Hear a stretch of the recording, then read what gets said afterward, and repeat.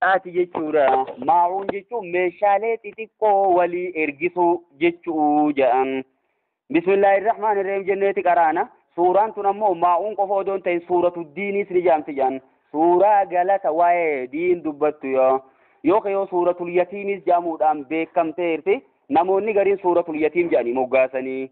Ara'eeyta jechuun meenaa himi jechuudha moo dhiiroo. Ara'eeyta jechuun sa'ati beeytee hal arafta jechuma jedhan.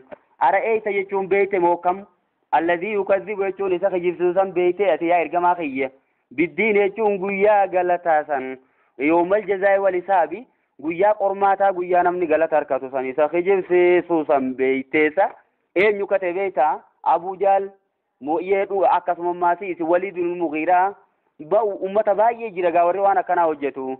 Fadhaalika jechuun inni sun alladhii yad'u al-yatiim jechuun isa yataamaa deebisu sani je yadfa'uhu daf'an jechuudha. Daf'i jechuun ammoo humnaan gad dhoorku jechuudha bakka yataamaa akkasiidhaarraa.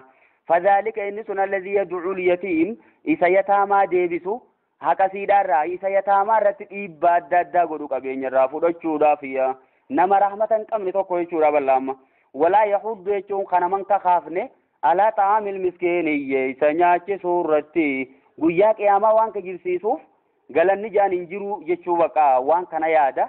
Ilaala amma yataamaan qaan fedhe miidhuus wanni waan godhaan jirtu jechuudha inuma rabbummaa waan godhu sun hin jirtu jechuu waan yaaduuf akkasuma maasis miskiina nyaachisuu ogaa jennu guyyaa qiyaamaati jecha namni miskiina nyaachisa gaa muslimtoonni inni immoo qiyaamaa wanni jaan hin jirtu galanni hin jiru jechuu waan yaadu miskiina nyaachifne kana jechuun hariiroon inni makluuqaa wajji qabuu fi tarabbii wajji qabu zeeroodha. Fawailun jechuun halaakni yookiin lagni jahannam taadha lilmusalliina warruma salaataniifu akkam salaatuun irraa nafne garuu immoo salaata kana kara malee salaatan jechuudha. Meekam alladhiina hum isaan sunu an salaatiin salaata isaanii irraa saahuun kadagatani jedha. Salaataatuma qalbii isaanii salaata biran jirtu jechuudha. Nama rabbii fakkaata hoggaa dhaabbatu garuu immoo keeysisaa immoo quduraa rabbiiti jechuudha. Amma edaanuu salaata qalbii yoo salaatte malee yoo qaamaa qalbiin biran jiraatiin sawaabattiin argattu jechuudha.